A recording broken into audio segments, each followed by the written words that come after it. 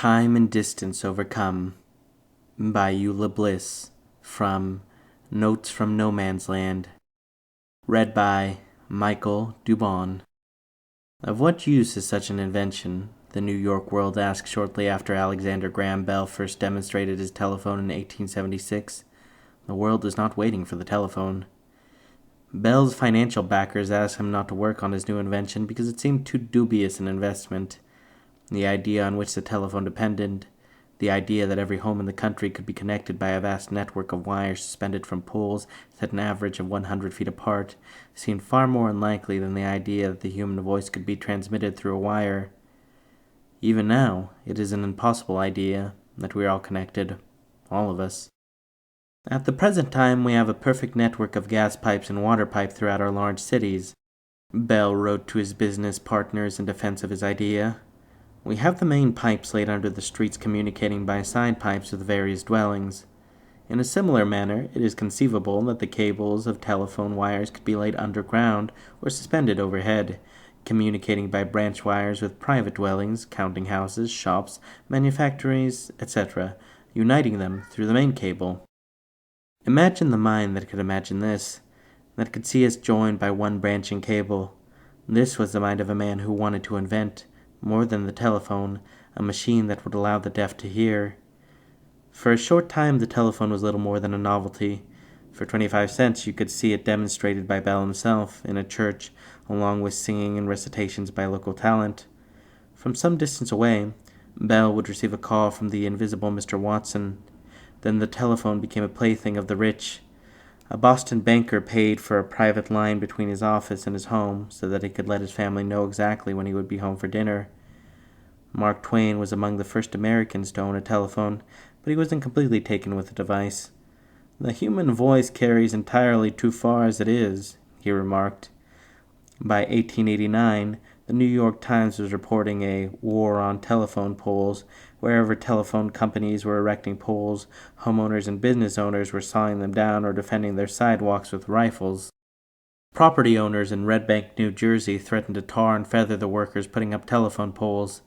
A judge granted a group of homeowners an injunction to prevent the telephone company from erecting any new poles, and another judge found that a man who would cut down a pole because it was obnoxious was not guilty of malicious mischief. Telephone poles, newspaper editorials complained, were an urban blight. The poles carried a wire for each telephone, sometimes hundreds of wires, and in some places there were also telegraph wires, power lines, and trolley cables. The sky was netted with wires. The war on telephone poles was fueled, in part, by the terribly American concern for private property and a reluctance to surrender it for shared utility. And then there was a fierce sense of aesthetics, an obsession with purity, a dislike for the way the poles and wires marred a landscape that those other new inventions, skyscrapers and barbed wire, were just beginning to complicate. And then perhaps there was also a fear that distance, as it had always been known and measured, was collapsing. The city council in Sioux Falls, South Dakota, ordered a policeman to cut down all the telephone poles in town, and the mayor of Oshkosh, Wisconsin, ordered the police chief and the fire department to chop down the telephone poles there. Only one pole was chopped down before the telephone men climbed all the poles along the line, preventing any more chopping. Soon Bell Telephone Company began stationing a man at the top of each pole as soon as it had been set, until enough poles had been set to string a wire between them, at which point it became a misdemeanor to interfere with the poles. Even so, a constable cut down 2 poles holding 40 or 50 wires, and a homeowner sawed down a recently wired pole, then fled from police. The owner of a cannery ordered his workers to throw dirt back into the hole the telephone company was digging in front of his building. His men threw the dirt back, and as fast as the telephone workers could dig it out. Then he sent out a team with a load of stones to dump into the hole. Eventually the pole was erected on the other side of the street.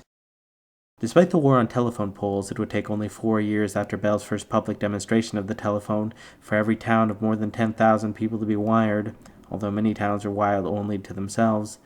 By the turn of the century, there were more telephones than bathtubs in America. Time and Distance Overcome read an early advertisement for the telephone. Rutherford B. Hayes pronounced the installation of a telephone in the White House one of the greatest events since creation. The telephone, Thomas Edison declared, annihilated time and space and brought the human family closer in touch. In 1898, in Lake Cormorant, Mississippi, a black man was hanged from a telephone pole. And in Weir City, Kansas, and in Brookhaven, Mississippi, and in Tulsa, Oklahoma, where the hanged man was riddled with bullets. In Danville, Illinois, a black man's throat was slit, and his dead body was strung up on a telephone pole. 2 black men were hanged from a telephone pole in Lewisburg, West Virginia, and 2 in Hempstead, Texas, where 1 man was dragged out of the courtroom by a mob, and another was dragged out of jail. A black man was hanged from a telephone pole in Belleville, Illinois, where a fire was set at the base of the pole and the man was cut down half alive, covered in coal oil, and burned. While his body was burning, the mob beat it with clubs and cut it to pieces. Lynching, the first scholar of the subject determined, is an American invention. Lynching from bridges, from arches, from trees standing alone in fields, from trees in front of the country courthouse, from trees used as public billboards, from trees barely able to support the weight of a man, from telephone poles, from street lamps, and from poles erected solely for that purpose. From the middle of the 19th century to the middle of the 20th century, black men were lynched for crimes real and imagined, for whistles, for rumors, for disputing with a white man, for unpopularity, for asking a white woman in marriage, for peeping in a window. The children's game of telephone depends on the fact that a message passed quietly from one ear to another will get distorted at some point along the line. More than 200 anti-lynching bills were introduced into the Senate, Congress during the 20th century, but none were passed. 7 presidents lobbied for anti-lynching legislation, and the House of Representatives passed 3 separate measures, each of which was blocked by the Senate. In Pine Bluff, Arkansas, a black man charged with kicking a white girl was hanged from a telephone pole. In Longview, Texas, a black man accused of attacking a white woman was hanged from a telephone pole. In Greenville, Mississippi, a black man accused of attacking a white telephone operator was hanged from a telephone pole. The Negro only asked time to pray. In Purcell, Oklahoma, a black man accused of attacking a white woman was tied to a telephone pole and burned. Men and women in automobiles stood up to watch him die. The poles, of course, were not to blame.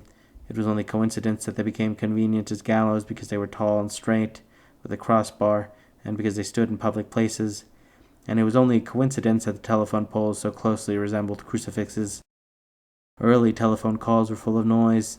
Such a jangle of meaningless noise has never been heard by human ears, Herbert Casson wrote in his 1910 History of the Telephone. They were spluttering and bubbling, jerking and rasping, whistling and screaming. In Shreveport, Louisiana, a black man charged with attacking a white girl was hanged from a telephone pole. A knife was left sticking in the body. In Cumming, Georgia, a black man was accused of assaulting a white girl was shot repeatedly, then hanged from a telephone pole.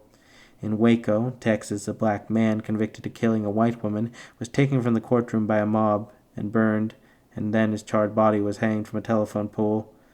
A postcard was made from the photo of a burned man hanging from a telephone pole in Texas, his legs broken off below the knee and his arms curled up and blanketed. Postcards of lynching were sent out as greetings and warnings until 1908, when the Postmaster General declared them unmailable. "This is the barbecue we had last night," reads one. "If we are to die," W.E.B. Du Bois wrote in 1911, "in God's name let us perish like men and not like bales of hay. And, if we must die," Claude McKay wrote 10 years later, "let it not be like hogs." In Pittsburgh, Kansas, a black man was hanged from a telephone pole, cut down, burned, shot, and stoned with bricks. At first the Negro was defiant, the New York Times reported, but just before he was hanged he begged hard for his life. In the photographs, the bodies of the men lynched from telephone poles are silhouetted against the sky, sometimes 2 men to a pole, hanging above the buildings of a town, sometimes 3. They hang like flags in still air. In Cumberland, Maryland, a mob used a telephone pole as a battering ram to break into the jail, where a black man charged with the murder of a policeman was being held. They kicked him to death, then fired 22 shots into his head. They wanted to burn his body, but a minister asked them not to. The lynchings happened everywhere, in all but 4 states, from shortly before the invention of the telephone to long after the first transatlantic call, more in the South and more in rural areas. In the cities and in the North, there were race riots in Cincinnati, New Orleans, Memphis, New York, Atlanta, Philadelphia, Houston. During the race riots that destroyed the black section of Springfield, Ohio, a black man was shot and hanged from a telephone pole. During the race riots that set fire to East St. Louis and forced 500 black people to flee their homes, a black man was hanged from a telephone pole. The rope broke, and his body fell into the gutter. "Negroes are lying in the gutter every few feet in some places," read the newspaper account. In 1921, the year before Bell died, 4 companies of the National Guard were called out to end a race war in Tulsa that began when a white woman accused a black man of rape. Bell had lived to complete the first call from New York to San Francisco, which required 14,000 miles of copper wire and 130,000 telephone poles. "My grandfather was a lineman. He broke his back when a telephone pole fell. Smashed him onto the road," my father says. "When I was young, I believed that the arc and swoop of telephone wires along the roadways was beautiful. I believed that the telephone poles, with their transformers catching the evening sun, were glorious. I believed my father when he said, 'My dad could raise a pole by himself,' and I believed that the telephone itself was a miracle. Now I tell my sister, these poles, these wires, do not look the same to me. Nothing is innocent," my sister reminds me, "but nothing, I would like to think, remains unrepentant." One summer, heavy rains fell in Nebraska, and some green telephone poles grew small, leafy branches.